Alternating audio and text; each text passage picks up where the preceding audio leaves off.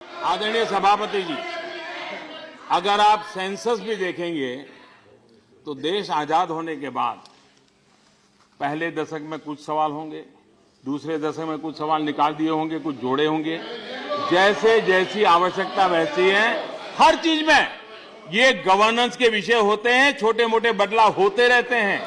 हम अफवाहें फैलाने का काम न करें। हमारे देश में पहले मातृभाषा का इतना बड़ा संकट कभी नहीं था। मातृभाषा पर इतना बड़ा संकट पहले कभी नहीं था। आज सूरत के अंदर उड़ीसा से माइग्रेट होकर के बहुत बड़ी संख्या में लोग आए हैं और गुजरात सरकार ये कहे कि हम उड़िया स्कूल नहीं चलाएंगे, कब तक चलेगा?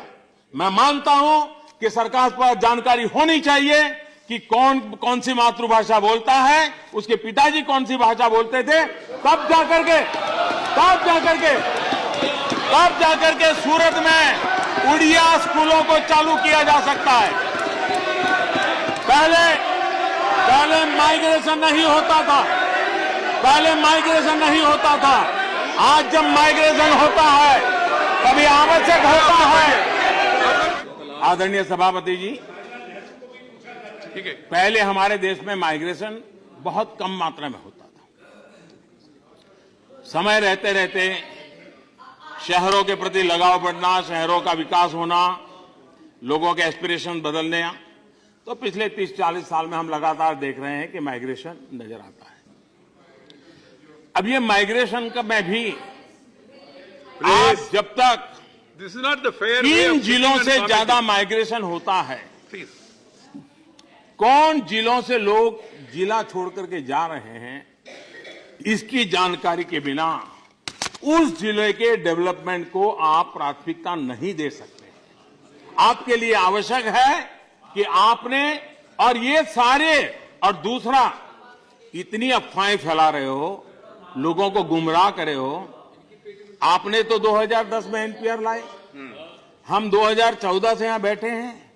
क्या इसी एनपीआर को लेकर के किसी के लिए सवालिया निशान हमने खड़ा किया है? कि रिकॉर्ड तो हमारे पास है, क्या नहीं है? क्यों झूठ बोल रहे हैं? क्यों मूर्ख बना रहे हैं? आपका एनपीआर का रिकॉर्ड हमारे पास है। आपके समय का एनपीआर का रिकॉर्ड है। इस देश के किसी भी नागरिक को उस एनपीआर के आधार पर प्रताड़ित नहीं किया गया। इतना ही नहीं, आदरणीय सभापति जी, यूपीए के तत्कालीन गृह मंत्री एनपीआर के शुभारंभ के समय हर सामान्य निवासी,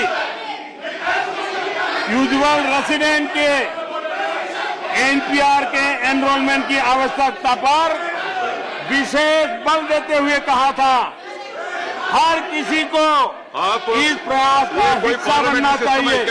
20 लोग खड़े होकर बोलना। उन्होंने बाकायदा मीडिया से भी अपील की थी कि मीडिया एनपीआर का प्रचार करे, लोगों को शिक्षित करे, लोग एनपीआर से जुड़े। वो उस समय के गृह मंत्री ने सार्वजनिक अपील की थी। यूपीए के ऑर्डर, देन में पॉइंट 2010 में एनपीआर लागू करवाया, 2011 में एनपीआर के लिए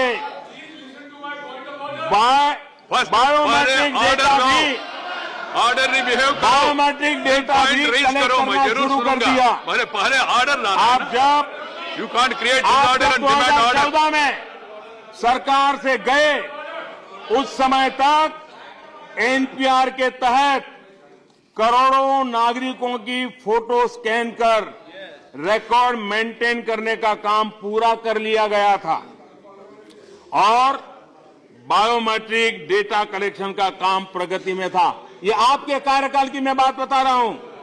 आज जब हम अपने आपके द्वारा तैयार उन एनपीआर रिकॉर्ड्स को 2015 में अपडेट किया और इस एनपीआर रिकॉर्ड्स के माध्यम से प्रधानमंत्री Awas Yojana, direct benefit transfer जैसी सरकार की तमाम योजनाओं में जो छूट गए लाभार्थी थे उनको शामिल करने के लिए आपके द्वारा तैयार किया गया एनपीआर के रिकॉर्ड का सकारात्मक उपयोग हमने किया है और गरीबों को लाभ पहुंचाया है। लेकिन आज सियासी माहौल बनाकर आप एनपीआर का विरोध कर रहे हैं और करोड़ों गरीबों को सरकार की इन जन कल्याणकारी योजनाओं का हिस्सा बनने से रोकने का हम पाप कर रहे हैं। अपने तुच्छ सियासी नैरेटिव के लिए जो भी ये कर रहे हैं उनकी गरीब विरोधी मानसिकता प्रकट हो रही है।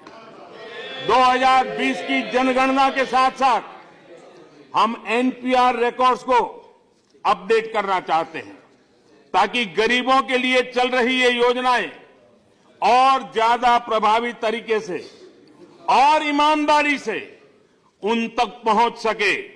लेकिन क्योंकि अब आप विपक्ष में हैं तो आपके ही द्वारा किया गया एनपीआर आपको ही बुरा दिखाई देने लगा है।